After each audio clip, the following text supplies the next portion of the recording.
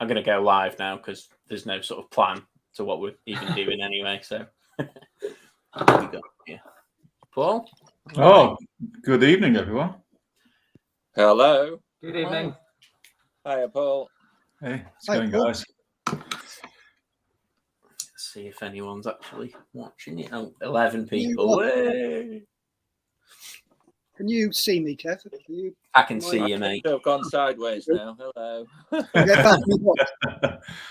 Defying gravity. That's tremendous. Yeah. How are you, Paul? Been a while? It's been a long time, mate. Yeah, a long time. I'm good. I'm got in here. I was in Ireland for a couple of days. Got here on Friday. Going down tomorrow night. So yeah. Are you guys all going, or just what's the plan? No, just saying. I'm not going this year for the first time in a long time. I'll be there, Paul. You will? Perfect. Yeah, for the 4 days, hopefully. Well, I can't manage 4 days now. 2's enough for me. What days are you going then, Paul? Sorry? What days are you going? First 2 days, Tuesday and Wednesday. Then the pub Thursday and Friday. They're the best days, I think, the first two. So Tuesday is definitely the best.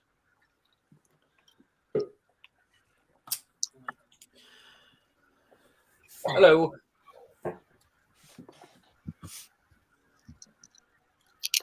Hi, Summer.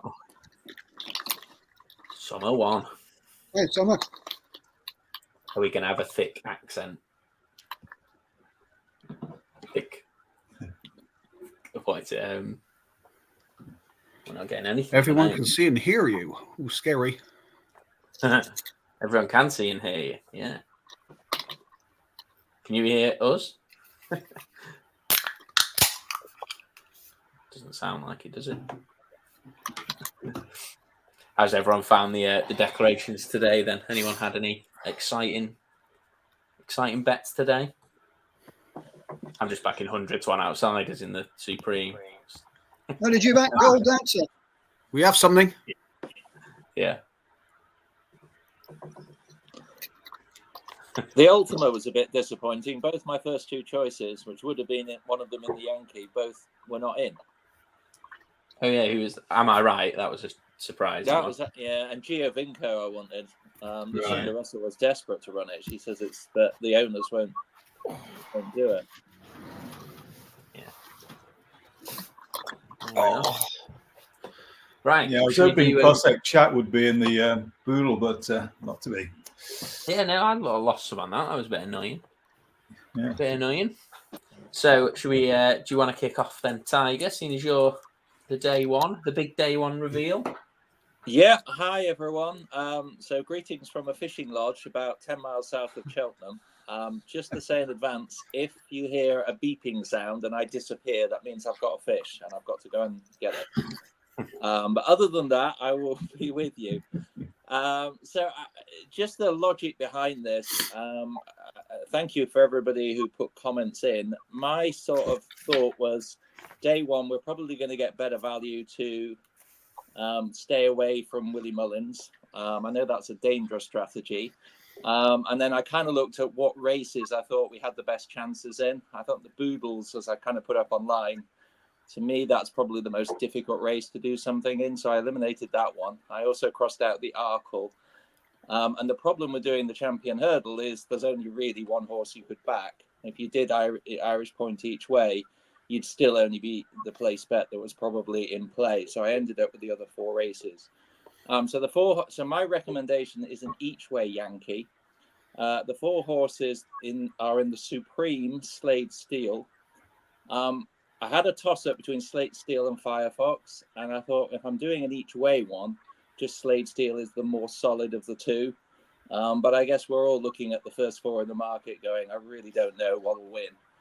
But for me, the best value, because you can still get 5, 6 to 1, is Slade Steel, and I do think that will be up there. A few of the bookies are 4 places as well, aren't they now? Yeah, or they will be on the day. I think you'll get 4 places. So it's hard to see. Hard to see at 5, 6 to 1. We're not going to get a return in that one, and have something running forward. And then in the, you might say this is the chicken option. In the 250, I've gone for the Goffer, which Paul has done a much better description than I, as to why I picked that horse. To be honest, my first choice was Giovinco and my second choice was Amorite, but neither of them are running. I really do like the Goffer again, as for all the reasons Paul has taught you through. It's very hard to see him not being in the first four. Probably you'll get 5 or 6 if you shop around.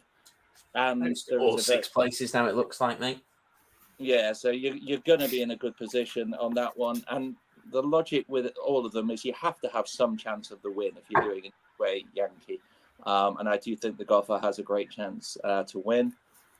The third leg then is the highest risk one, and that is Tell Me Something Girl in the 410, the mares. I think it's got a cracking chance of being up there in the first 3. Obviously, this comes down to Honeysuckle. If Honeysuckle performs, we all know Honeysuckle. Past love. Lottie Mouth, obviously, now. But if Lottie Mouth runs her race, we know that she's going to win. But Tell Me Something Girl, I think, is probably the best rival. I think it's a solid option. We know it runs well on the course. And if for any reason Honeysuckle doesn't perform, then you've got an 18-1 winner that will really give us a good boost. If not, we'll still get well paid in the places. Again, there's a good chance you'll get 4 places, I think, in this race. And then my last one is Kilbeg King in the last race. I've for a while thought that the top 2 in the market aren't that solid. And I was watching a video last night of Andy Holding going through this race, and he was talking about how the race will be run quicker this year because of some of the Henry's friend and Mr. Vango that have come in. And what's happened in the last few years is the class horses have just trotted around very much like a classic Irish race, and then they've come to the fore. This year it will be run more like a traditional English race, and that will set it up better. And all of his time ratings have Kilbeg King as a real standout. And if you look at it on RPRs, it's still right in there. It's run a 152. Honeyball's got a good record in this race, and it's got a decent jockey on board. And again, you can get 10, 12 to 1 around that sort of price. And most bookies are paying 3 places, which is good value in a 7 field. So those are my 4: Slade Steel, the Goffer, Tell Me Something Girl, and Kilbeg King. And I would recommend that each way. Excellent. Thank you very much. Wasn't expecting a couple of those. What do we think, guys? Best price is 8,891 to 1 with Ladbrokes. Wow. That'll do. That'll do nice, yeah. Tiger, I was just going to ask, Kilbeg King, does having David Maxwell on put you off in any way, or are you happy enough with the jockey? It's Will Biddick, isn't it? Oh, Will Biddick. Sorry. Yeah. I don't know where I got that from. Will Biddick. Yeah, I meant the If it was dodgy David amateur Maxwell, one. I'm happy with Will Biddick, but I wouldn't have been happy with David Maxwell. Right, let's get on. Get on quick. Solid option. Say again. A solid option, I'd say. A very, very solid each way option. And as you say, they've all got a chance of winning. You know, and it's a good call. That's it. I am on. Blimey, are we all doing them as we go? No. There's a little I'll queue up boost. the next one. Who's doing day 2? That's me.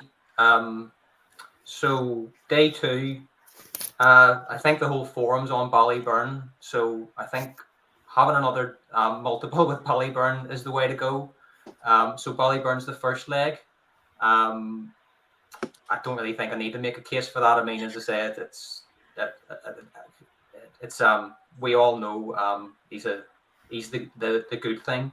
In the second leg, Eggs made a case online, and I think the view is that he's well handicapped. Brazil in the Coral Cup.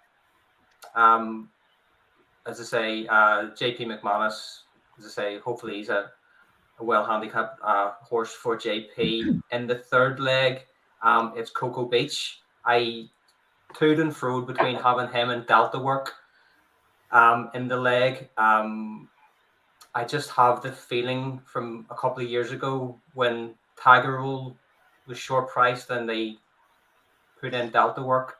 I can see the same thing happening again. The younger horse, possibly, there's yesterday I was going to go for Delta work, but as I say, I think it's just today. Just as I say, that thing that happened a couple of years ago with Delta and Tiger, I think the same thing might be happening here. So Cocoa Beach is the third leg, and then in the fourth leg, Fahim Machine made the case. I think yesterday for Safarer and the Grand Annual. So those are the four. Gordon Elliott horse, hopefully again does the business for us. So the four are Ballyburn, Brazil, Cocoa Beach, and Safarer. I did have a look online. As I say, I think the best odds are Bet MGM at the moment, 1,284 to 1. Bet 365, you're getting over 1,000 to 1 as well, as you are with Betfred and a couple of others. But that's the Yankee for day 2. Perfect. Thank you. I need to write them down. So Ballyburn, Brazil, Cocoa Beach, Safarer. Was that a win to win or an each way one? Oh, I normally do them to win, but I mean, as I say, there's still some sort of each way value in three of those selections. So as I say, flavor and fancy for everyone. On boost. I've combined day 1 and day 2 here in my Ladbrokes. That's going to pay out pretty well. Yeah, I've done. I backed two of those in the handicaps. Great choices. I hope you're right. Yeah, we'll see. Perfect. So day 3, who was day 3 captain? It was. Now I've had a video for this, and I'll have to share it later because I don't know how to upload it, but I will read out the day 3 ones in a second, which were from. So Harry Trotter. So he's hoping to win. So that I'll change his profile picture to the tour rather than. I think that little pig's great, the little Harry Potter pig that he's got. I'll be disappointed, but I suppose some consolation if he wins. So he's gone for Facile Vega in the Turners. Just thinks he'll go off favourite. I think he'll go off favourite. Is the market changed for that yet? Look, then Ikare Allen in the Pertemps, which has been that's I think the first horse I properly fancied this year, this season, which is a good selection I think. Envoy Allen, previous winner in the Ryanair, coming back, the only returning champion, trying to defend his crown, and then controversially he's quite strong on Jade de Grugy in the Mares Novice Hurdle. Even though she's going to get walloped by Brighter Days Ahead. So that's the Yankee for that. And I think 554 to 1 with Bet Victor is the best price for that. And I'll upload to YouTube the video because he's done a really good video with his case for each one. So I'll upload that straight after this. Fantastic. Cool. Day 4 was Aaron Ladd, who was going to come on but hasn't, and his was what's going on here? Oh, people messaging. I've just got a message from you, Tiger, saying that you'll try and get on. Not tagged by me. Okay, so Aaron Ladd's the day 4, the Friday. He's gone for L'eau du Sud. Does that mean something to do with a bath? Not a clue. Water. It would be isn't it Water of the South? Yeah, Water of the South. Yeah. Right. Well, that's not as exciting. So yeah, L'eau du Sud, who's been really popular across the forum, obviously on the last few days. I think it made its way into the overall Yankee as well when we get to that. So, yeah, L'eau du Sud. No surprise at all that he's put Gidley Park in. I think that was obvious from as soon as we saw that Aaron was going to be captain. Another forum favourite there in the Hunter Chase. He's gone for Premier Magic, which a lot of us, again, previous winner, isn't he? Coming back. So, looks the value. One for the West Country cousin Logos to get behind, and then he's gone for No Ordinary Joe in the Pipe, and the best price is 5,439 to 1 on 365.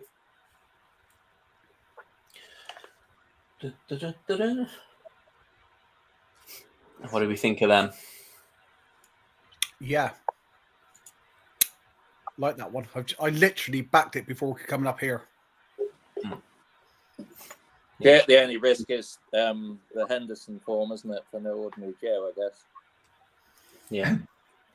Yeah, you just don't know. I mean, he hasn't had a runner. He won't have had a runner by Tuesday for over 10 days. And if you go back 3 weeks, he's had 3 times as many get pulled up as been placed. So, yeah, big question mark there. But same thing happened a couple of years ago when Lucia won the Mares flat race at Sandown. Everybody was talking about how out of form he was. And then Lucia goes and wins, and he has a good festival. So, who's to say? Trainer form can turn around really quickly, can't it? Yep. Langer down. Yeah, Langer down. Have you seen some of the like interviews he's done about Langer down and just like, oh yeah, he sort of really turned a corner this last 3 weeks. Like, oh, that's interesting. Interesting. So, the overall Yankee, Irwinge 25. I have no idea how to pronounce his name, but he went 4. Ended up with 3 handicaps and the Albert Bartlett. So we had the Pertemps gone for Cletus Poulor, who that's pretty well found. Pretty good cases made for that. I like that one. Cool Survivor then in the Kim Muir. So a couple of Gordon Elliott ones on the Thursday. Then Loader Sud in the County, which obviously we've just had on the day 4 Yankee. And then he's gone for Dancing City in the Albert Bartlett. So that is, I think, it was like 4,000 to 1 with Bet UK or Will Hill or 888 were the ones to get on for that.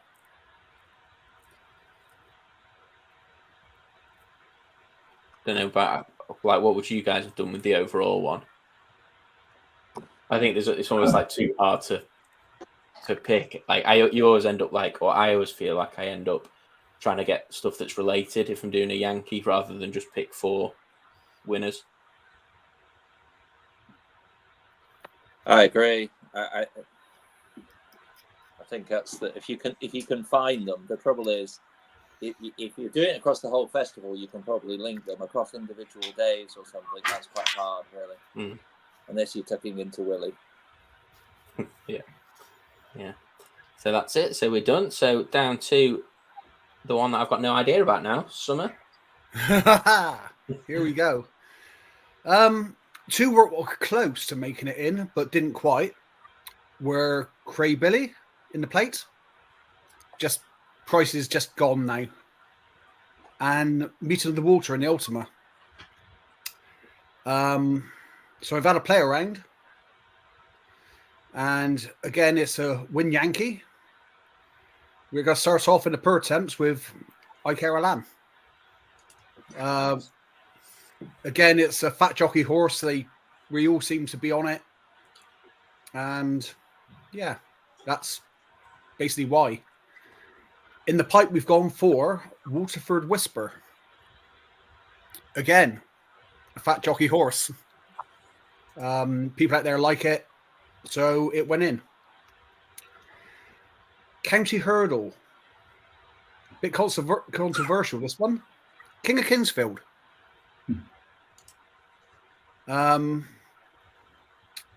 What's it? 6 to 1 still?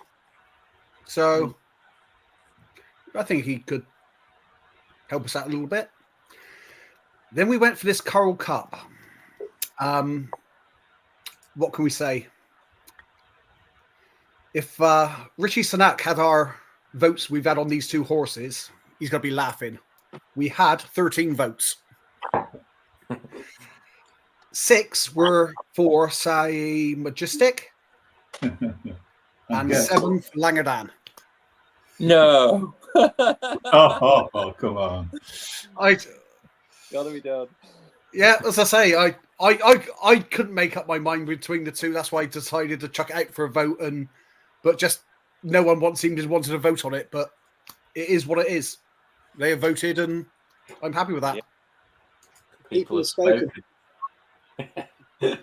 So that, I think, best price is with Coral. 6,775 to 1. I'll take that if it comes in. Yeah, that'd be nice, wouldn't it? That'd be nice. How much should I get on? How much do I like that? Do I like that a lot? Yeah. Good enough to get on. Okay. Perfect. So is that everyone's Yankee? Is that all of them? Are we done? I think so.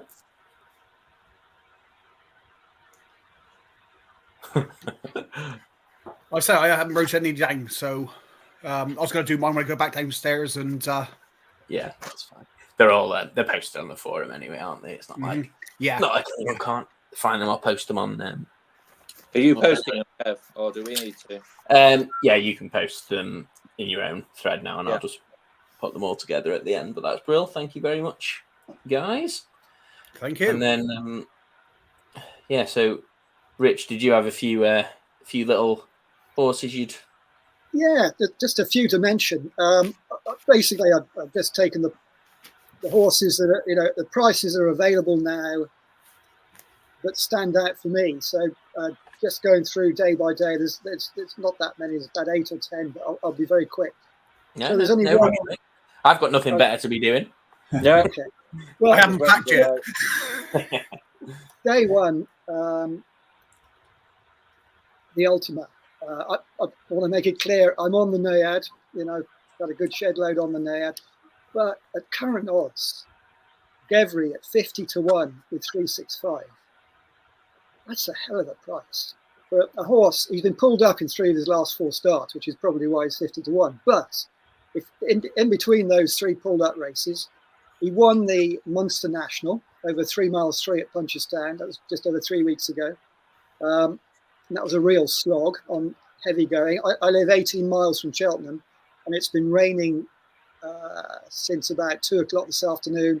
And it's not heavy rain, but it's steady sort of rain that gets in the ground again. Still going now when we started this.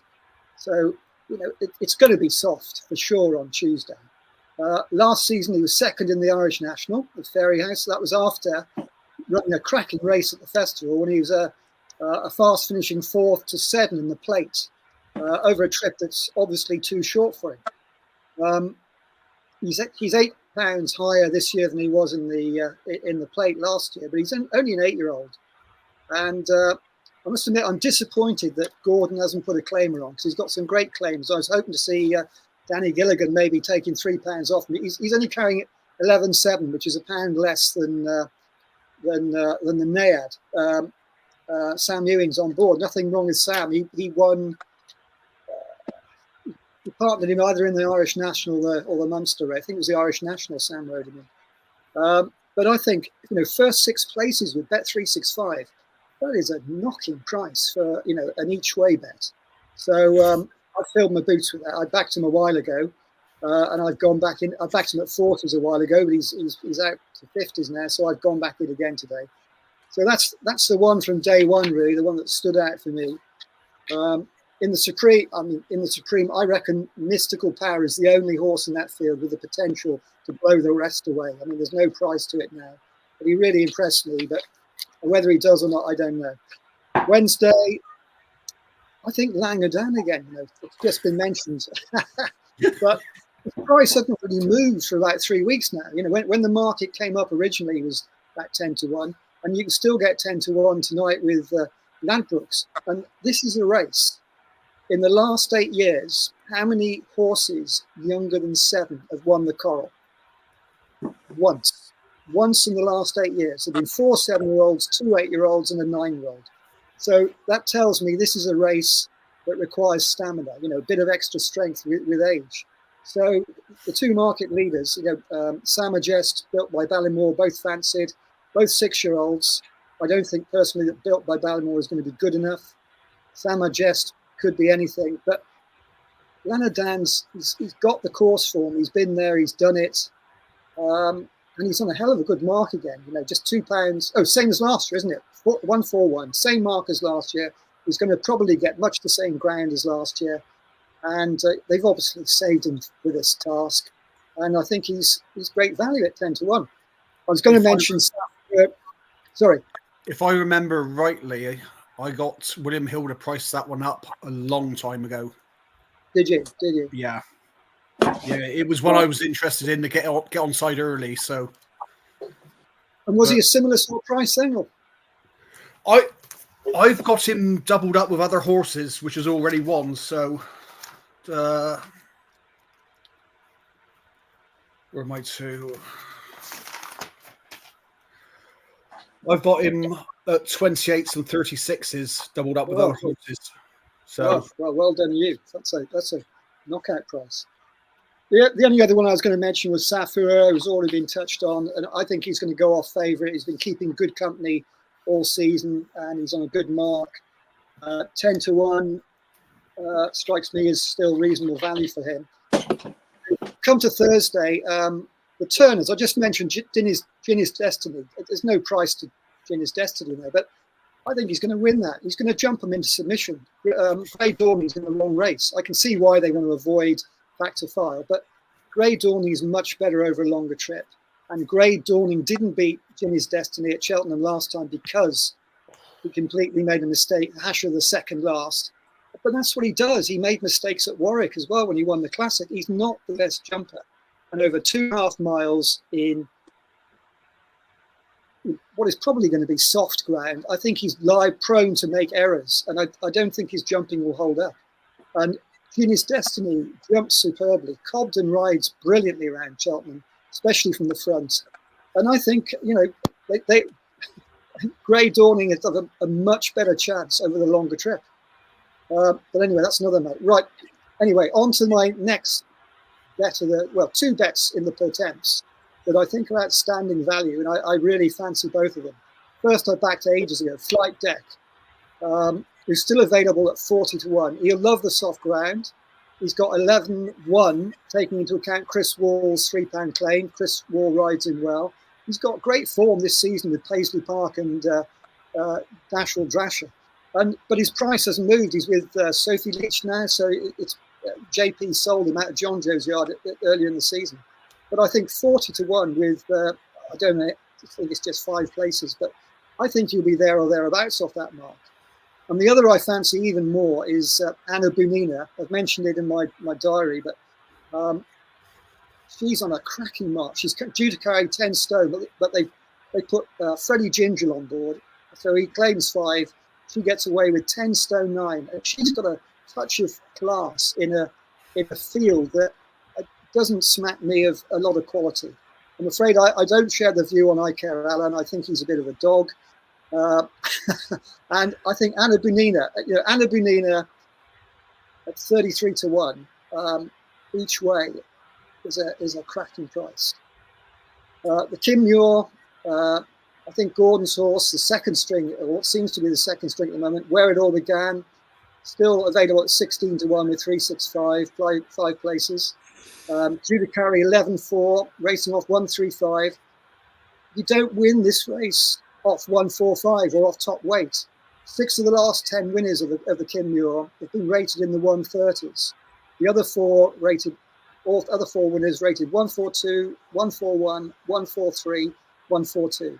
So that the short price favourite, I know the way you're thinking, is off top weight at 145. He's going to have Derek O'Connor on board, so he's not going to have a claim. That's going to take a hell of a lot of doing. I just can't see it happening. And Where It All Began won the Grand National Trial at Punchestown 3 weeks ago on heavy ground, slugged it out from a pretty good field. And unless that race has left his mark, I think he's good value, and he's on a great mark. Friday, I backed Favre in the wrong race last year. I backed him in the pipe, and I went and run the county. He ran a corker on Saturday. Should have won the Imperial Cup, and Harry got there too soon, went home too soon. I think they'll run him again at Cheltenham. Nothing to lose now. I'm sure they'll do their best. He's still available at 16-1. You could, just before we started this, there were some bits of 27-1, plenty of 26-1 on Betfair Exchange. He's due to carry 10 stone 8 off a mark £2 higher than last year, 136. I imagine that Harry will choose Oda Sud, so you could well get the Tristan Durrell on board, taking another few pounds off. or you could get the £7 claimer, who a young girl from North Wales, who's only a teenager, 19-year-old Heidi Hope, who rode a very good race on him in the Betfair, where he came fifth. I thought she did really well on him. But anyway, I think he's got a great chance of. I don't think there's been a repeat winner of the county, but I think off that mark he's going to go close. And again, I think the county is a race that the novices tend to get overbacked in this race.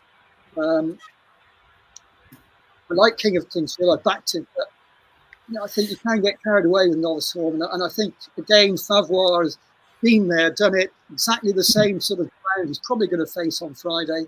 I think he's got a knocking chance. And finally, in the pipe, Better Days Ahead was fancied for this initially, and he's still about the similar sort of price now, 12-1. He's on the ground. He's on 11-7. Gordon's got terrific bunch of conditionals. I don't know who's going to ride him, but whoever it does is probably going to be one of the best jockeys in the race. He's won it twice. He's not won it for 6 years. He's not a brilliant jumper, but I think over 2.5 miles, he'll probably have a bit more time, and if he stays well, I think he's good value. So those are the one. Premier Magic I really like. He's been, I think he's got more rain the better for him. I also like Ahoy Senor at 12-1 in the Ryanair. I still think he's got a big race at the festival in him.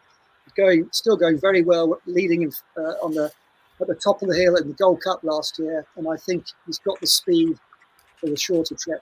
So in a race that's very open, I'd say 12s each race is not bad. So that's me, basically. I love that, mate. Brilliant.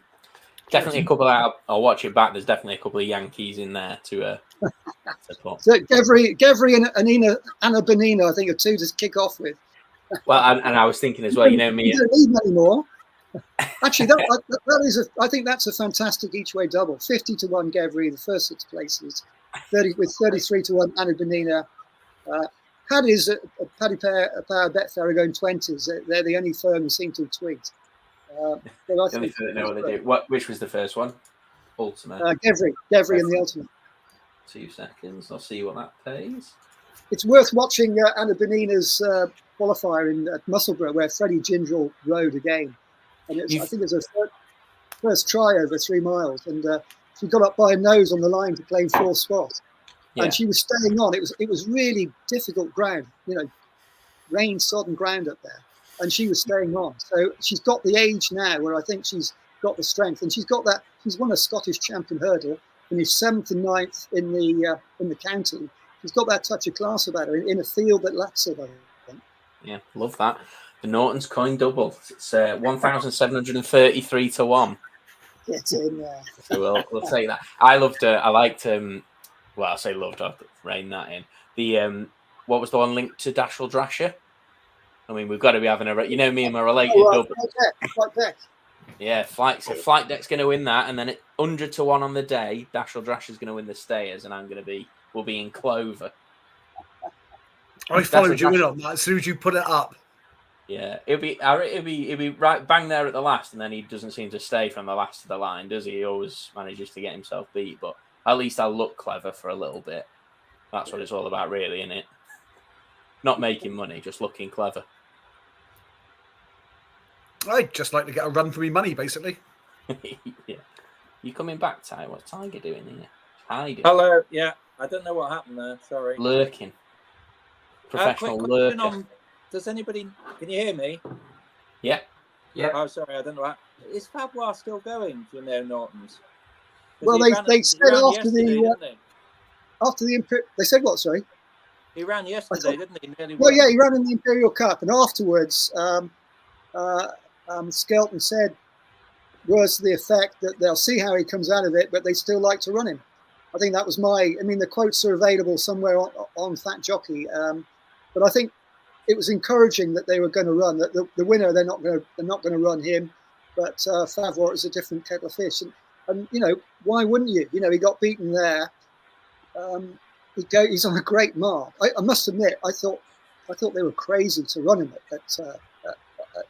in the Imperial Cup off 11-11. I couldn't see it, but you can't knock it. He came within a nodding head of landing the top prize. So, Yeah, how they were stupid right. is that camera angle? Because I'd had a decent, because I thought it was a good bet for the county.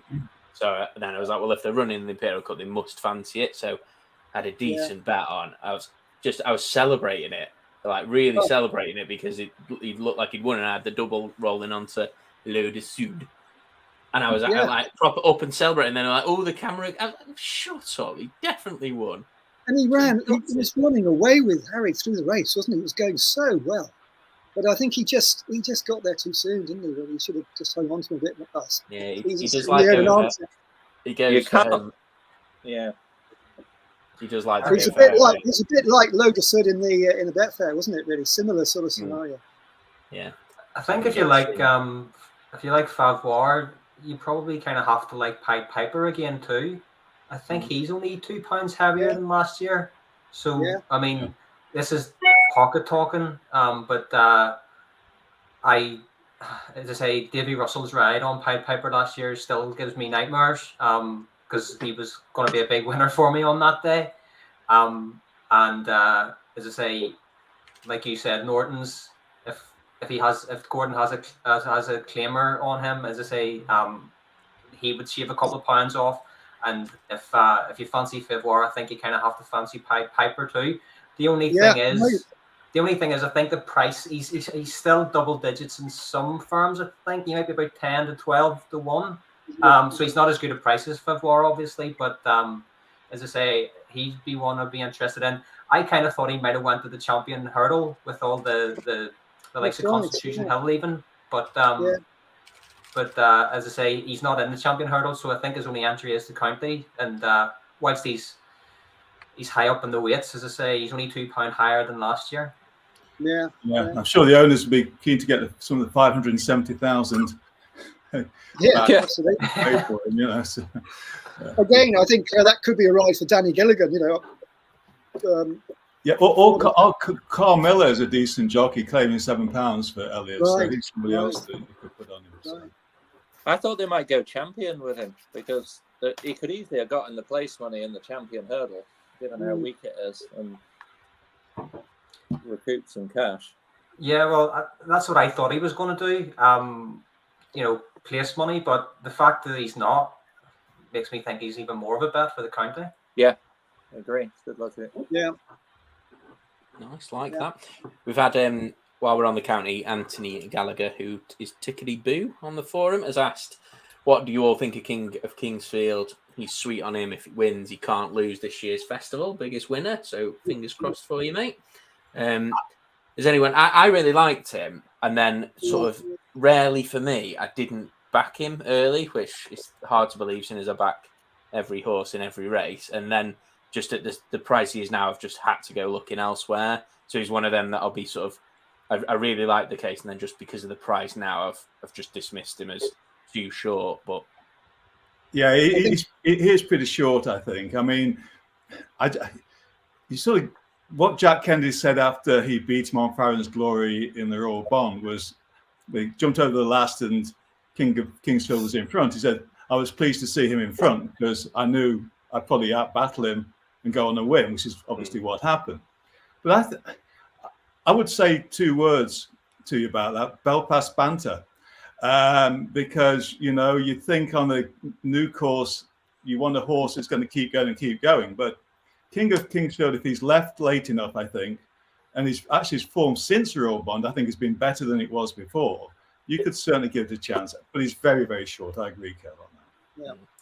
He's gonna chin. Well, Harry Skelton will have gone for home on Loder Sud, and then King of Kingsfield's going to come scything through. It's a hot race, isn't it? It really is a hot race. I mean, I think King of Kingsfield looks to I think it's a very nice horse, and Loder Sud looked really impressive in the Betfair, I thought, and the cases you can make for several others. Can I ask you a question about the county as well? Talking about that, Castle des Mottes, who was 72 favourite for the Betfair, is 25 to 1 at the moment for this, and yet it shot a plate before the Betfair, got upset, race was over pretty much. I'm trying to rationalise that as to the difference in price. It doesn't make much sense to me. I'll be honest with you. No, it doesn't, does it? Yeah. there's only so many that can be like the sexy profiles. Like people just like ignore them, don't they? Like whatever made him that short for the Betfair hurdle, nothing's really changed since then. So I agree, it's a big price, isn't it? Based on It is a big. That sounds like a bit really. of decent value at the moment, doesn't it? Current prices. Yes, it's sure. The other one, if you don't mind, Kev, I'll go through mine. I'm coming from left field for most of mine. Absolutely anyway. love it. Absolutely love it, Paul. Nothing would make me happier. Oh, well, Dave, thank you, Kev. I appreciate trying to make you happy. That's one of my life's ambitions. But I'll start on the county and work backwards, sort of. But just get the county out of the way. The ride that Mark Walsh gave to Rispel in the race at the Dublin Racing Festival, all the horses got way out of the ground behind Mixed Tiara. Never going to get past until that horse tired. But really, if you watch the tenderness that Rispel was handled with, considering he was fourth, I think, in the Boodles last year. Not often, if he does go, who's to say if he goes or not? But if he goes, Mullins is never too keen on running 5-year-olds, so something to just, I think, look out for if he does go. Give him a very tender ride, in my mind. Okay, if I just start on Tuesday, I'm so upset about the rain because I felt if it had dried out a little bit more, Tell Her the Name had got some pretty good form to take on the Irish. I'm not convinced about the Irish in this race at all with the jumping and the speed of the jumping. Tell Her the Name beat Lucky Place at Huntingdon. Admittedly, Lucky Place's first run of the season, but I think Tell Her the Name's also improved as well. Beaten by 12 lengths that day. That horse is now rated 137. I think it's just a shame, really, that the rain's come. I think it needs better ground than it's going to get, but it still might be worth an interest depending on what happens between now and Tuesday. Sort of pushes me towards Tully Hill. The question, the worry I have about Mystical Power is it came out at Galway, jumped bad in its first run at Galway, I think, but still won. Got a lot of latent ability, I think, and obviously the breeding is very strong, but I just wonder if, I know it's surprising, the Mullins camp, no doubt about it. They didn't run him in Galway thinking he was going to end up as favourite for the Supreme. And there's part of me thinks, can that really happen? But just a question mark, that's all. The Arkle, I think, is fascinating. Gaelic Warrior going for that. There's some comments last week which sort of amused me that he wasn't fast enough to keep up with Fact to File over 2 mile 5 furlong, but the race to go for is a 2 mile Arkle, and so he can't keep up with a 3 mile chaser, but he's going to be quick enough to win the 2 mile. It may be. I mean, everybody talks about him with such reverence and whatever, but he got upset in the paddock, and that's probably the biggest excuse at Leopardstown. But who's to say he won't get upset at Cheltenham? Obviously, he's run there before twice, and he didn't get upset those 2 times. But it's got to be a question, particularly in that race. The horse, I think, certainly probably each way, honestly, but I think he's half a chance of winning. Is JPR1. I think he's just a wonderful jumper. Absolutely, I think he jumps the best of any horse in that race. And if he just gets into a rhythm, that's a race where horses make mistakes. So I'd be sort of looking out for that. In the Ultima, you can't. It's difficult to get away from the Gopher. I mean, if you read the Debbie Russell article in the Racing Post when he said he couldn't believe how well he was going and he couldn't believe he lost last year, despite getting him too far out of his ground and making up ground too quickly, you've got to be thinking the Gopher's got a great chance. But I think Trelawn has been crying out for 3 miles. It was won over almost 3 miles at Utoxeter on heavy ground this time last year. I think they were sort of waiting for a race like this, so Trelawn would be my one probably to take on the Gopher, but those two have got to have outstanding chances. And then in terms of the Boodles, I was really keen, as I mentioned, on which one was I keen on? Forgotten. Oh, let me get it right for you guys. Oh, no, Cossack Jack. I just couldn't remember. But the other one, which I thought got a tender ride at the Dublin Racing Festival, was Batman Girac. So, and Mullins, I don't think he's ever won the Boodles. I know he's tried to. He almost got there with Gaelic Warrior, of course. But so that's one I would be thinking. He got a very tender ride if you watch it. in the 4-year-old race at the DRF. So moving on to Wednesday. Can't go against Ballyburn, can you? So I won't sort of spend too much time talking about that. And Pat to File, I think. I know people say it's time trials in the last 2 runs, but no, he ran well at Cheltenham in the bumper last year. I think he's difficult to take on, to be quite honest. In Coral, I do think there's a little bit of price to be paid for Martin Brazel. He just got touched off, I think, last year with an epic song. And I think this year with Built by Ballymore, I think has got an outstanding chance in that race. The one I'd go look at as a real live outsider, he's been chasing all year. But if you go back through his form, including finishing in the second to 3-stripe life in a grade 1 at Aintree over 2.5 mile, then Might I think is got a real chance in Coral to certainly run into a place. So it's something I'd be looking at there, definitely. The rest of that card, the Grand Annual. Couple just to mention, a couple of Irish horses actually. Noel Meade's had a shocking season. So I don't even know if this horse is travelled or if he's going to run him. But if Pinkerton gets entered, and he did run in the county hurdle last year, but if Pinkerton gets entered for the Grand Annual, is one to just look out for. He didn't run a bad race at all, I didn't think, in the county. He'll go on slightly softer ground. He doesn't want it too soft. He'll go on slightly softer ground, and I think he's got half the chance. He's a real 2-miler. And then the other Irish horse, I think, is very consistent, jumps very well actually, is Solness. That's the other horse I think to look out for in the Grand Annual. Moving on to Thursday, I hear what you say about Cordorning. I think it's a 2 3/4 mile race would be perfect for him. He's obviously scared of Fat to File, and I fully understand why he should be. So maybe the first race is a bit of a sort of backward step. But I still think if the ground's on the softer side, he's got a good chance, but he may get outpaced. So, yeah, I'd like him to win. I would like him to win, but we'll see on that one. I haven't got any strong opinion on the Ryanair. I think it's a real tricky race, and the World Hurdle's a real tricky race, to be quite honest. In terms of the Potemps, just a couple, one a complete outsider. Well, both are to some extent. Farouk Delaine, top weight, classy horse, I think. Back over hurdles, I think could run, and it's a race where top weights can run well. So I wouldn't be put off Farouk Delaine with a high weight, particularly someone like Carl Miller were to ride him and claim the £7. And then the other one, which I don't know if he's running or not, because the owner's got another one in the race, and it's John Joe's horse, Judicial Law, who I think is crying out for this 3-mile plus race. He's won over 3 mile 2. He's a horse I can see running on really strongly as they start running towards the last and running on up the hill. So the Judicial Law, I think, is one I'd be very interested in.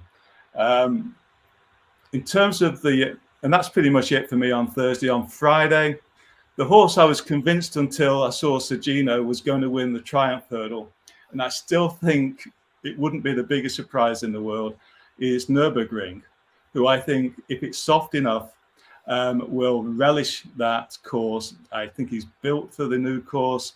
I think he'll be finishing strongly. I think some of his platform is excellent in that regard. So Nürburgring, I think I'm very keen to look at. We've talked enough about the county. And in terms of the Albert Bartlett, the horse I've been sort of waiting to come over 3 miles. The other horse I might mention, the Triumph, is Salva, who I think is probably the next best to the British. And I thought his wins, including the win at Haydock, was very impressive. The other one for the Albert Bartlett is Johnny Who I think has been crying out for 3 miles. I could certainly see that one running into a place. I think it's about 16-1 at the moment, so that's one I'd be very interested in looking at. And then just moving to the Martin Pipe, and I think the Martin Pipe would be the best race for this horse, although I think he's in the Coral as well, is Shambali Kid. Shambali Kid ran in the Albert Bartlett last year, finished 8th, didn't stay 3 miles, doesn't stay 3 miles. Tried over fences, you've not seen a horse jump worse in your life than his first time over fences. Went straight back over hurdles, ran in a 3-mile hurdle at the Dublin Racing Festival. Like I say, doesn't stay 3 miles. But now 2 mile, 4.5, I think on a new course would be perfect for him. Rated 133 in Ireland. He's got a £1 additional to carry. So rated 134 in England, which is nothing. So I think he's well handicapped in the UK. I'm hoping he goes for this race. And I think he will be a very interesting proposition if he does. So that's enough of me talking, Kev, but there you go. Yeah, no, Brill. Love Great. that, mate. Great. That is great. We've had a question. Someone, Shane asked, Willie Mullins total winners. Has anyone played any of the total lines over 11 at 5-2? Anything like that? It's not something. I played 11 plus at 5s, I think it was, on Bet Victor, something like that. Nice. I had the when they priced up him to get to 100 winners at 1-3. I had a go at that, and then I think that's like 1-6 or something, 1-7 now, which is just definitely going to happen. Like that was before Constitution Hill had come out, so it's just an absolute done deal, isn't it? That's free money. So yeah, not something I don't really like those markets myself, because I always think like you'd come down to, if it happened, you could back, like, Gallopin Deschamps needs to win for that to come in, and Stateman, and you back those two together and you'd sort of get similar prices to I know you've got all this sort of other runners and things, but it's not something I go out of my way unless they price them up wrongly, and I'll take as big a swing as I can at them. But you often get limited in those markets as well. It's not something that I'd go nuts on myself personally. I don't know what any of you guys think. Just, I don't know if you're aware, Kev, but Gavin Lynch put up 11 plus. Did he? Yeah, on a video a couple of days ago. Yeah, well, Gavin Lynch lost to me in an anti-post tipping, so he can come at me. I don't know whether that makes it better or worse, but yeah. But if it gives Shane some insight. Yeah, I think will he have 11 winners? I mean, that seems a lot, doesn't it?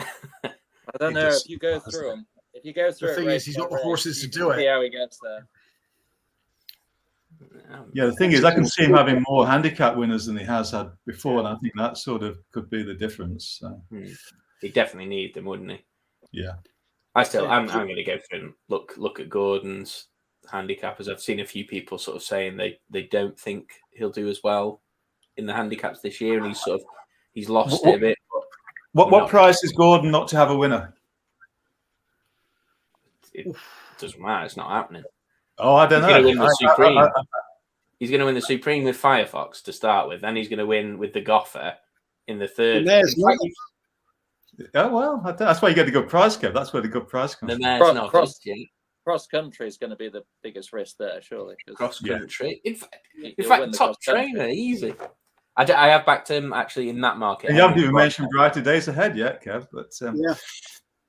Although I would not. I don't know. I'm not as convinced as you are about that horse. I don't want to say too much, but I'm not as convinced as. Ooh.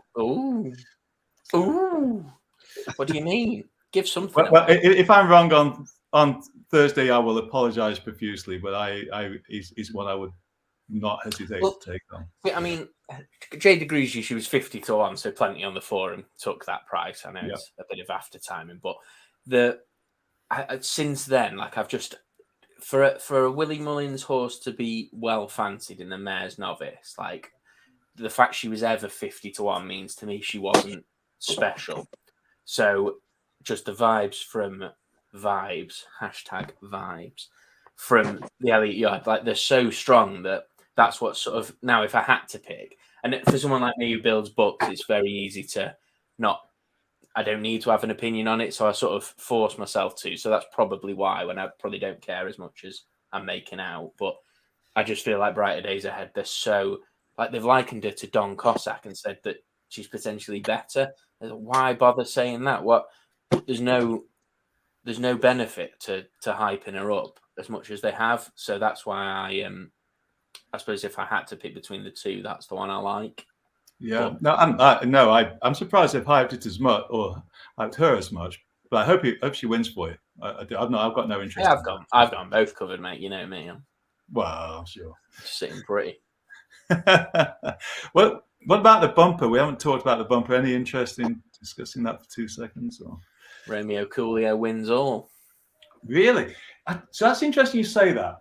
So one of the things I was going to say, if you look at the Racing Post handicap ratings, you filter by handicap ratings, then Romeo Coolio is way down the handicap ratings. 117 against the top one being 134. So, and there's a lot of horses in between as well. So it's very interesting. He won. So I know he won the schooling bumper early in the season. So he was the best Elliott horse then. Obviously, if they did a schooling race whenever that was more recently, then he might not. But just because I know he was the best, then that's why. I mean, the bumper's just. I haven't got. He was undercooked as well, wasn't he? He was only about 80% fit, I think, when he ran that one. Paul. Supposedly. Someone's asking, Paul, expand on bad. On bad the horse or bad what? I don't know. Please don't start singing Michael Jackson. Presumably. Exactly. You don't want me singing anything. No, mind. Brighter Days Ahead. Yeah, Camport. Yeah. Brighter Days Ahead. Yeah, I think a bit like you were saying about Romeo Coolio. He was in a school. Oh, she was. He's saying he. She was in a schooling race earlier this year against a horse I know pretty well. And look, you don't know in schooling races. You just have divisions in schooling races. You have Division 1, Division 2, and Division 3. The best horses go in the first division, but you don't know what weight they're carrying. You don't know that, so it's open to interpretation. But let me say that the horse I do know finished in front of Brighter Days Ahead. And if that was the case, then that's why I'm sort of questioning it. That's the only reason. Okay. Fair enough. Now, who's to say if one's carrying 2 stone more than the other? I don't know. But they tend not to do that because they're trying to find out. So why, the relative positions. So why would you do that to your horse? Because you never find anything out if you have that sort of differential. Yeah, fair enough. Interesting stuff. How well do you know the horse? Is it one of your horses? Not mine, but it's the horse I know reasonably well. Fair enough. I can't say any more, unfortunately. No, that's fine. All 28 people watching. Yeah, Is exactly. it a good horse? Sorry? Is it a class horse? It is. It's not a horse you've seen recently. That's all I will say. Guys, I'm going to fly. I'll catch you all. Have a good Cheltenham. Right. See you later, Yeah, brother. you too, Good luck. Cheers. Best of luck with the Yankee. Yeah, good luck. Yeah, there's no other questions. Has anyone got any? I mean, we could whiz through. I mean, we've actually got the Tuesday. Junior Lake, did you discuss the Gold Cup? And each way, no, we haven't discussed anything. There's no plan, Shane. This is just the ramblings of madmen. At least we haven't got Spectre on, though. At least other people get a chance to talk.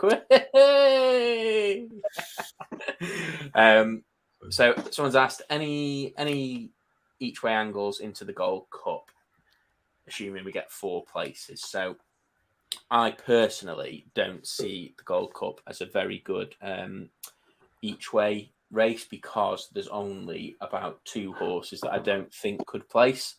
So you could make each way cases for loads.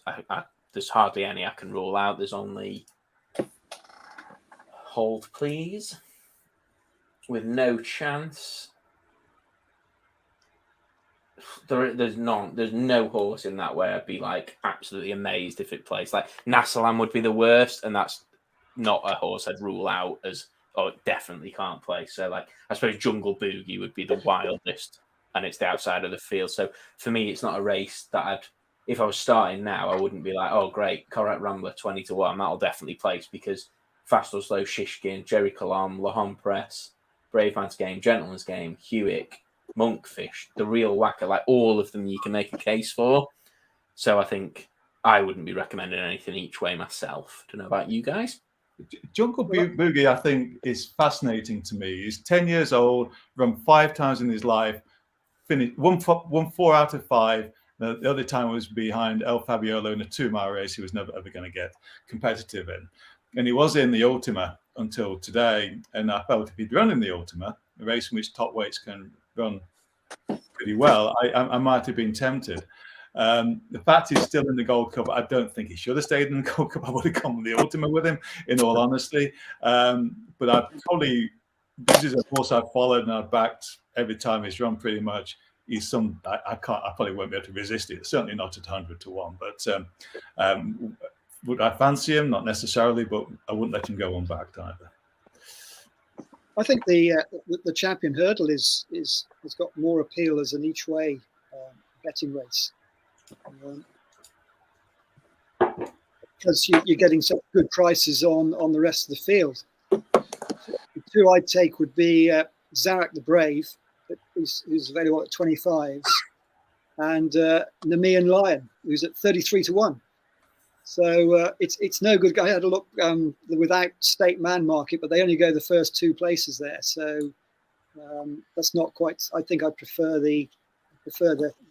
an each way bet. You get a chance of the win, because I still don't think State Man. Cheltenham's not State Man's course. He's a great horse, and he's got a very good chance of winning.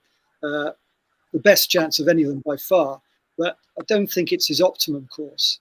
And you never know if anything happens to State Man. If he's fallen once, if he falls again, then it's wide open. I think Zarak is the unknown quantity in the way. He's got form on soft ground. Nemean Lion loves soft ground. I think those two at the prices, 25s, each way, 33 to 1 each way is I think they'll, Irish Point. It's not Irish Point's trip, is it? They weren't going to go for it until Constitution came in. I'd be surprised if Irish Point comes second. And I bet everybody's getting excited about Iberico Lord, but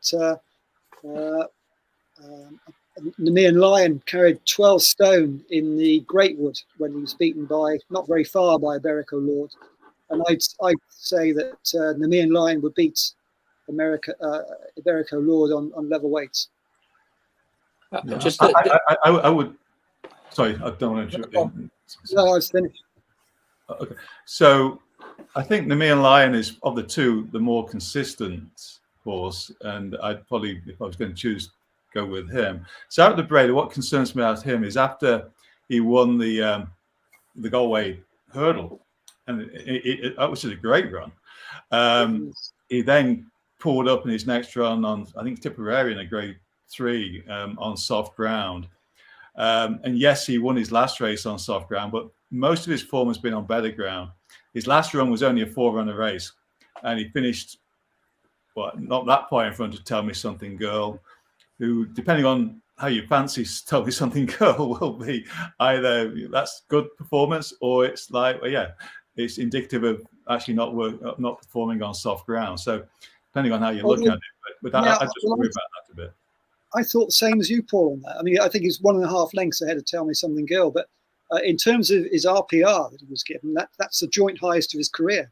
Yeah. So which made me think, well, either the RPR is wrong, which could be, or maybe that performance was, if the RPR is right, then there's nothing. He's come back from being pulled up, and could have more to give. Well, that's a fair point, and if that's the case, then it also opens up, the each way position earlier that was taken on Tell Me Something Girl for the mares race as well. Of course. Yeah. So it's a nice 493 to 1 related double there, guys. All in. Okay, but I might play them slightly differently. Just both the Champion Hurdle and the Gold Cup have very strong favourites. But to your point, you can make an each way case or a place case for most of the rest of the field. So there might be some value in both forecasts and tricasts of the less obvious ones in behind either Galopan or State Man. Horses like Not So Sleepy, all sorts of things like that will be under bet, is my guess. And so you might get value in the forecast or the tricast. That's certainly what I'm going to look at on the day. Yeah.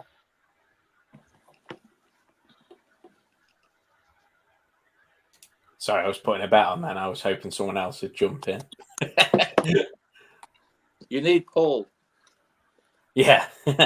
What about you, that horse? You've not chipped in for a while? I'm more of the mindset just to leave the champion hurdle, and I'm probably going to leave the Gold Cup, which is a strange thing. As I say, the Gold Cup is the biggest race of the festival, but it just doesn't.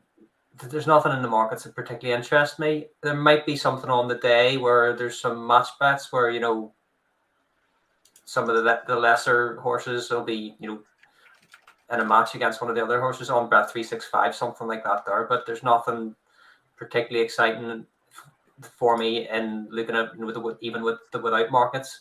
As I said, I might be interested in Corach Rambler without the favourite in the Gold Cup, but that's about it. But beyond that, there's nothing really sort of like there to pique my interest. Yeah. If you're gonna back Corach Rambler in the Gold Cup each way, you just need it with the Goffer, don't you?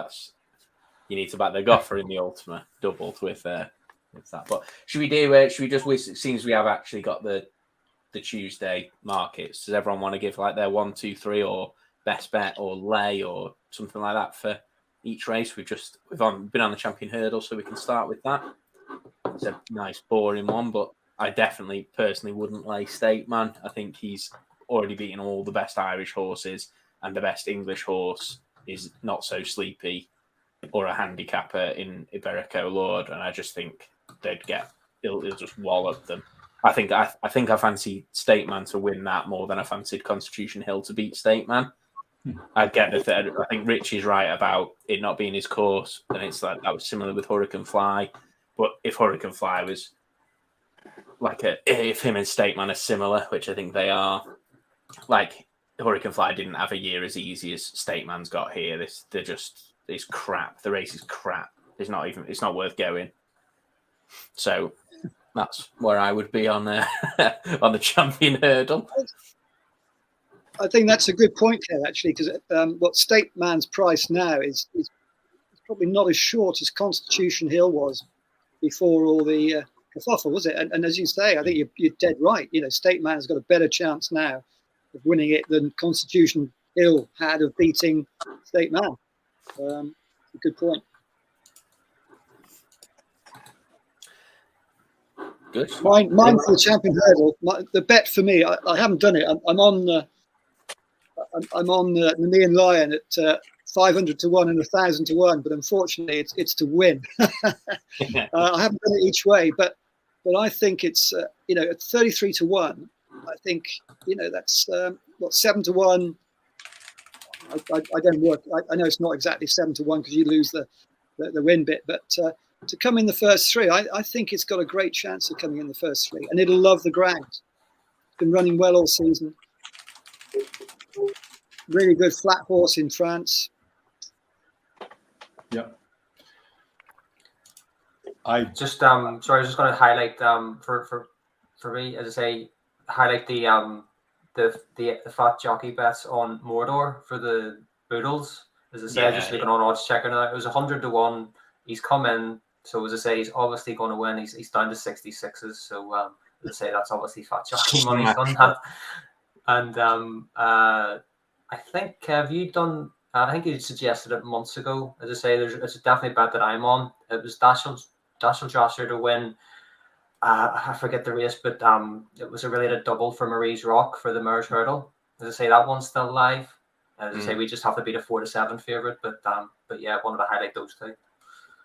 Yeah, six of the last 7 winners of the Boodles have come from numbers 1 to 12 in the list, which that's a pretty heavy statistic, isn't it? I don't know where Mordor is. He's 11. a bit below 11. All right, yeah. So who's riding him? Because he's got somebody. Gilligan. Jordan Wilson. Who is it? Gilligan. Claiming with Gilligan. So well, I'd say that is a tip in itself. Yeah, let me go back. Who put that up? Because that was fantastic. It was Hurricane Fly, wasn't it? Was it? I think. Yeah. Might have a few pennies on that one. Yeah. 66. He's getting smashed up. You need to get on quick. Not sure I've got the technological know-how, but What about then? Right, so 1, 2, 3 in the Supreme. Go. I did hear that the two that are working best are Tully Hill and Mr. Giff, and ignore Mystical Power. That's what I'd heard in the rumour mill from Willie. The ones that were working best were Tully Hill and Mr. Giff, but 14-1 each way, Mr. Giff, and Tully Hill has gone 3-1 favour actually outright. Mystical Power out to 7-2. Yeah, I would take those two in a 3, and I'd stick in Teller the name just in case it's not as soft as I think it's going to be. Yeah, that's drifted a bit to 20-1 now. Yeah, but favour and fortune. I'm surprised that is coming here. Yeah, would have liked that in the county, I think. And then Kings Hill. Anyone fancy that 100-1? There's 300-1 shots. So Super Sunday, we know nothing about. Gold Dancer. Shouldn't be allowed to call it Super Sunday. Shouldn't be allowed to. I just wonder, why are they running Gold Dancer? I mean, unless it ran very well against Ballyburn for a long way, jumped really fluently, and it was just starting to move up. And then they come right into the straight and just went out like a light. But that was its first run for Willie, first run for a long time. And you know, Willie's horses have improved a lot for their first run. I just don't think they'd bother bringing it over when they had 8 or 9 in the 5-day stage. Why are they bringing Gold Dancer if they haven't seen something that makes them think it might just be worth making the trip? I think he's just throwing a lot of darts at it. I don't think he knows he's got one. Yeah, potentially. Dave has said, any concern over Tully Hill's hurdling? Yep, massive concerns, because if he's under any pressure, he will wallop one. I can see, I really want Tully Hill to win. Obviously, he's my best result in it by quite a long way. But looking at it like objectively, he doesn't hurdle well. Like, he hasn't shown that he can hurdle well under pressure, so it'll take some sort of, you need like a Champagne Fever type ride on him that year that he won it. And just, I can see if the fancied ones sort of, that obviously I hope he wins, but I can see him being pulled up before anything else. One of those years where if he's not going right, if he's not still going the best, or is sort of putting a couple of iffy jumps, then like Firefox in particular will be queuing up behind him, ready to just go past him. So I definitely wouldn't, like a 3-1. There's no chance I'd be backing Tully Hill at 3-1. And I really want him to win, but no chance that'd be my bet if I was starting the race today, just because he doesn't jump well enough to win it. Like Fahim, when he won it, smashed when he won the Neptune, the middle, he was smashing fences, the hurdles out of the ground, but he was just obviously an incredibly talented horse that got away with it. And just Tully Hill's not at that level, is he? We're not talking about a future champion. Tully, this Supreme doesn't have any sort of absolute superstar in it, from what I can tell. I mean, the best novice hurdler this year is Ballyburn, and he's been beaten, so we're not in a vintage year anyway, in my opinion. No, I think the hope with Tully Hill, from a hurdling point of view, and I agree, Kev, would be the faster pace from the outset might actually get him hurdling better than he has been doing in the races in Ireland. But we'll wait and see on that one.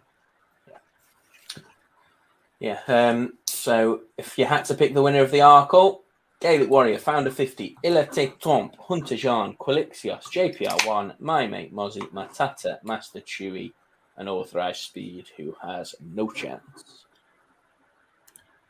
I'm going with JPR1, and I'm a bit worried about Quilixios, who obviously won not on the same course, but has won at Cheltenham. But I'm with JPR1. I just think he's just a brilliant jumper.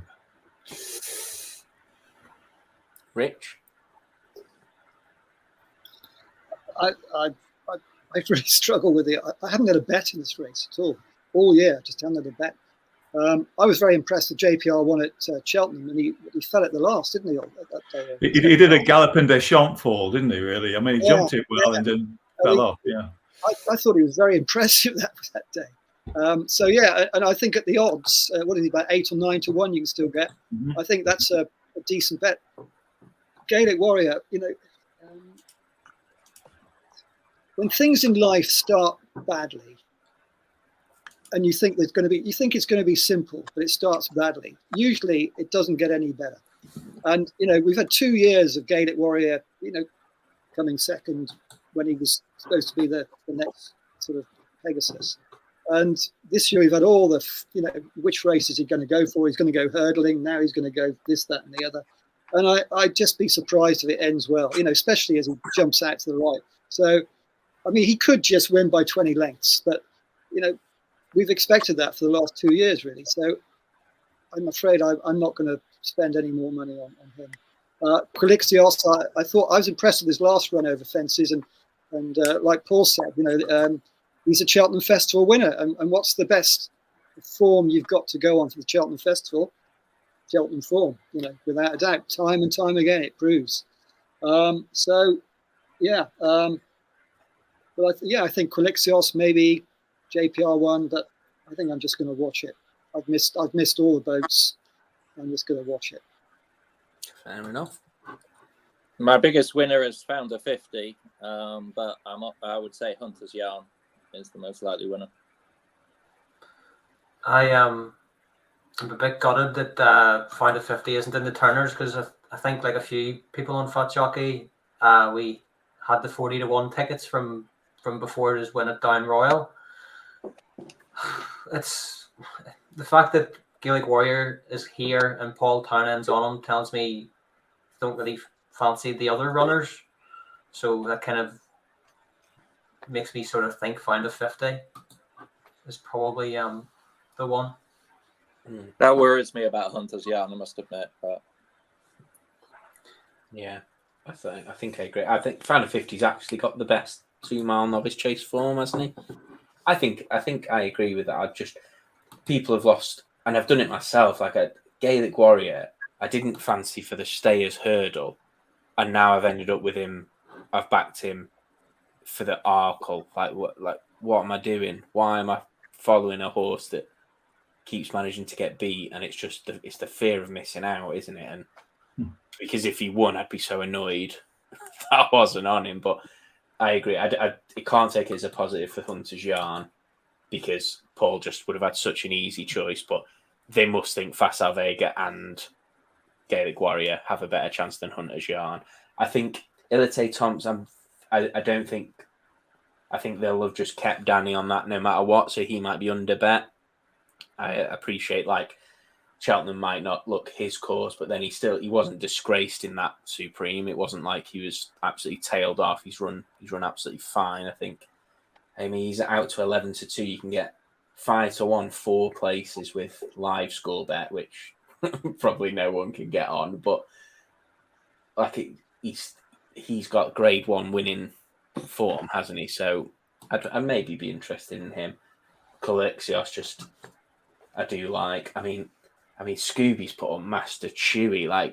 Master Chewy, that's not winning the Arkle, is it? Come on, that's... Well, it's really interesting, isn't it? You've got Daryl Jacob choosing Hunter's Yarn over Matata. Well, fair enough.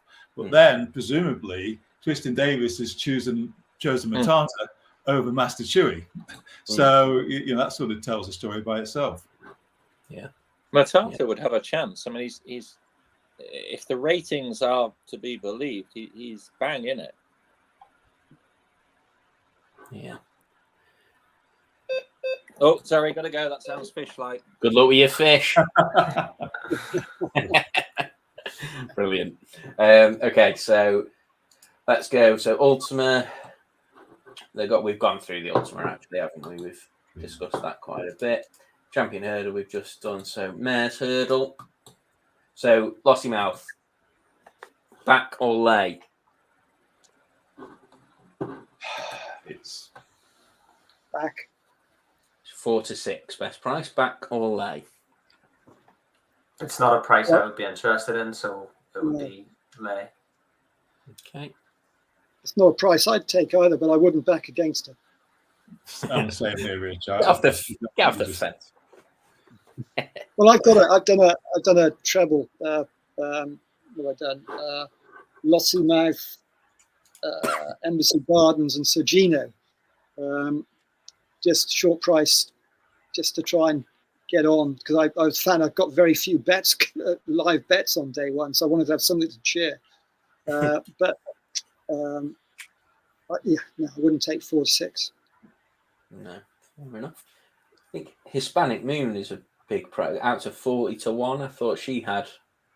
I didn't think she was absolutely out of it. But then again, this is the same as the Gold Cup for me. Like, there's no, even Theatre Glory placing wouldn't surprise me in the Mayor's Hurdle, and that's the 80 to 1 outsider. But there's no horse in it where I'd be able to rule it out. So it's just a really tough race to. I'd probably back Lossiemouth, because I think, see, Astro Diamond, if it wasn't Patrick on, if that had Danny Mullins on, I'd see that as one of the best each way bets of the week. At 5 to 1, like it should like. Were there any excuses? Were there any excuses for Gala Morso the last day, or was it? Didn't seem not to that be. I've I didn't seen. hear anything. No. The only thing is, just just over 20 to, is it 20 or 22 to 1 now? Yeah. And you asked the question again, why are they bringing her over? If they because you'd have thought that after the last run they wouldn't bring her. I would have thought anyway, but they still because like I remember reading the most recent stable tour for Willie, and there's horses that have won like another way, and they're not being brought over, but yet Gallimorso is. So, could be to do. I suppose the owner might want her to run, but I think the thing, if you started looking at it now and you look at Lossiemouth's form and Gallimorso's form, and just one of them at 4 to 6 and one of them at 22 to 1, then you'd back Gallimorso each way, wouldn't you? Like the step up in trip, like obviously you have to ignore the last run and stuff, but 22 to 1 is massive, isn't it? Really, I think I think we might be. I know I may be, like, because she was 14 to 1 and then 9 to 1, and a lot of people were putting her up as the best each way bet, but because we're doing this sort of from March onwards, aren't we? But certainly like October, November, that time when she was a big price, I remember thinking she's the best each way bet, and now because she's bigger, it's almost like you ignore sort of looking at it with fresh eyes. Right. I think like you can definitely make the case at 22 to 1 that's a great each way bet. I think she was definitely undercooked for the when she got beat by Astro Diamond, because that was her first run of the season, and Astro I think had a run beforehand, so it was just the last one that was a bit iffy. But I think you kind of talked me into a bet here. As I said, I think 22 to 1 might be taken. Yeah. Again, you got last year's second 14 to 1, Echoes in Rain. Like she's run well, 20 to 1. They're big prices, aren't they? Like 16 to 1 Marie's Rock is. Yeah, they're big prices. Probably gone against her somewhat, but again, it's too hard. Like you've got a previous festival winner, 33 to 1. You wear it well. It's a tough race. I mean, Lossiemouth's going to have to be a bit of a weapon. Yeah. But she should be running the champion hurdle. It's a good race, isn't it? It's a very competitive race. To have a 6 to 4 on shot as the. I agree. It's not like there's Deadwood in there. Fahim Machine said that Willie said that Gallimorso was undercooked last time out as well. So maybe that's why. Okay. Yeah, I can see that I can see it as a bet. Again, it is hard though. Like there isn't a horse you can rule out, is there? Is there anyone strongly against anything in it? No. So should we go on to the Boodles? Lark in the Morning. Lark in the Morning is a horrific price. It is a terrible price on what it's done, I think. Yeah. I like the one. That's a decoy for Osei Patir, isn't it? A decoy.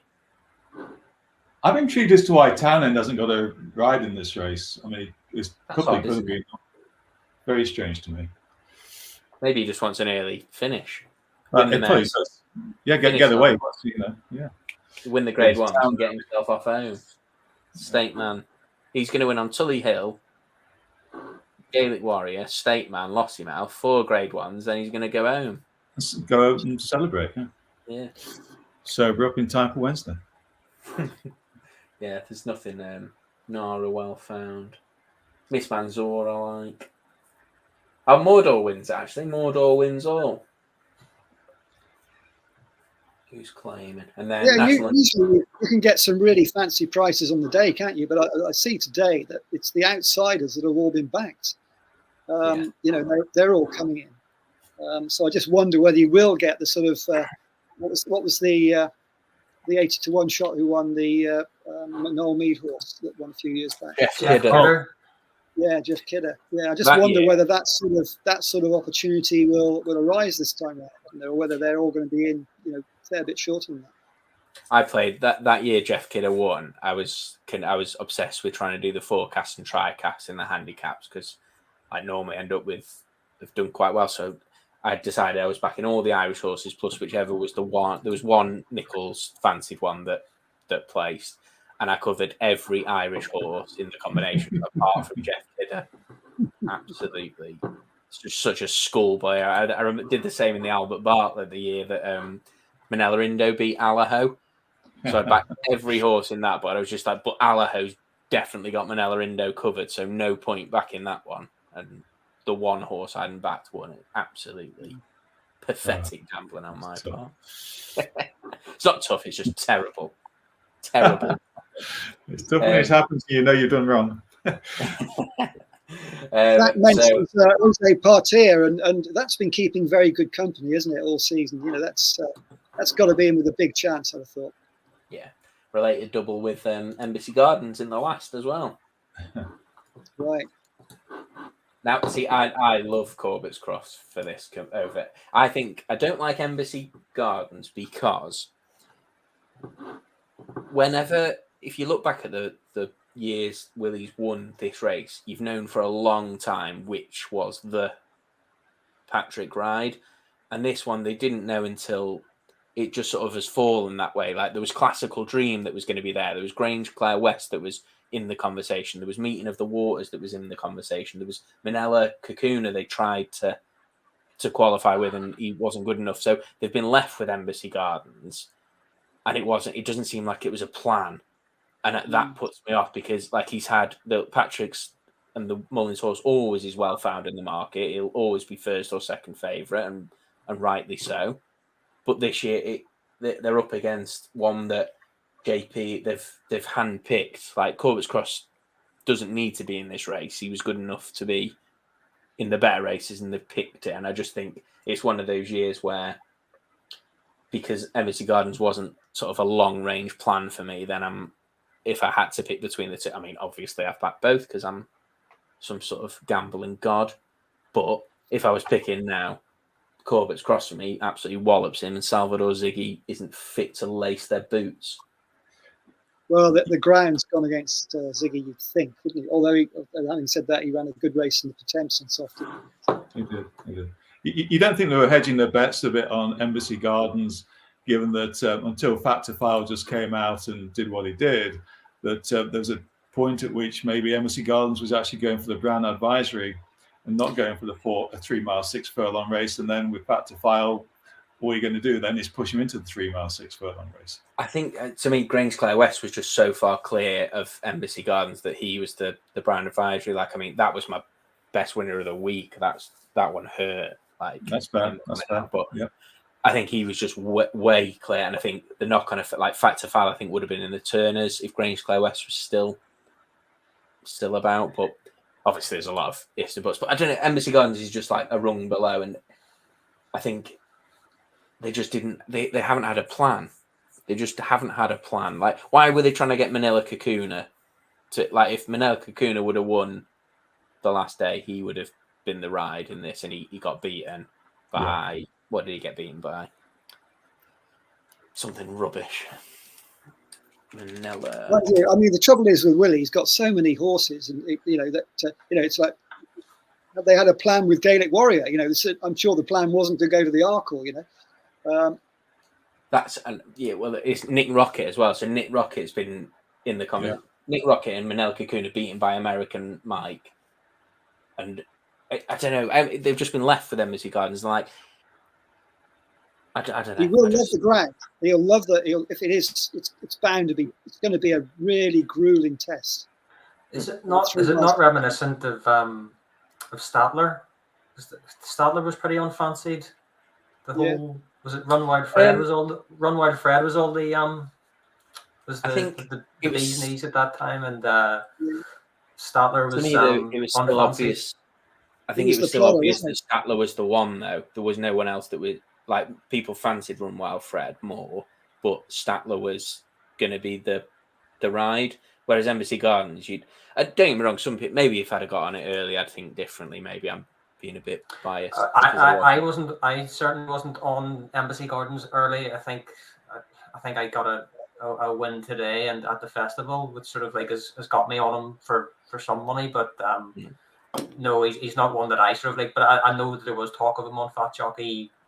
You know, maybe not at the start of the season, but some people were talking about him early on. So as I say, but I know what you mean. Patrick Mullins wasn't sort of like confirming anything about him being the right. There was a bit of sort of to-ing and fro-ing about, who was going to be that one. So it's a fair point. I think, but the field that you're left with, I don't see any outstanding horses in it. I'm not particularly a fan of Corbett's Cross either, considering what he did last year at the festival, and what he's done this season is a bit hit and miss. It's probably why he's in a grade 2 rather than a grade 1. But as I say, they're what are the joint favourites or something, or isn't the Corpus Cross just? Yeah, I think Embassy Gardens is slight favourite at the moment, on what I can see. I think one of the other there's a few wild cards in this one. Apple Away. I think this is the wrong. I think they should have gone for the Kim Muir. I think she was on a fantastic mark. But anyway, that's water under the bridge. But I see she's been backed in today. She was 20s this morning, and she's been backed in from that. And she gets the £7, which is going to be quite important in that ground. And she does stay. She will stay. And Barry O'Neill on. Yeah. It'll advertise the King of Rye Hope form. We don't want to run in too well. We don't want any collateral. On ratings, there's not a lot between them. Between Apple Away and the two principals. Yeah. Interesting race. Well, I think that's it, to be fair. I'm sick of the sight of you all now. Yeah, unless anyone's got any burning desire to throw anything else in the mix. It's nearly past my bedtime, so as I say, happy to leave it there. No problem. Well, I hope Tiger's caught his fish, and I'll be back on the forum for the next 4 hours spouting nonsense as usual. So thank you very much, guys, for coming on. Really appreciate that. Good to catch up. Yeah, good luck this week to everybody. Good luck to everybody. Yeah, totally. That's right. Best luck, everybody. Cheers, guys. Thanks a lot. See you later. Cheers. Bye.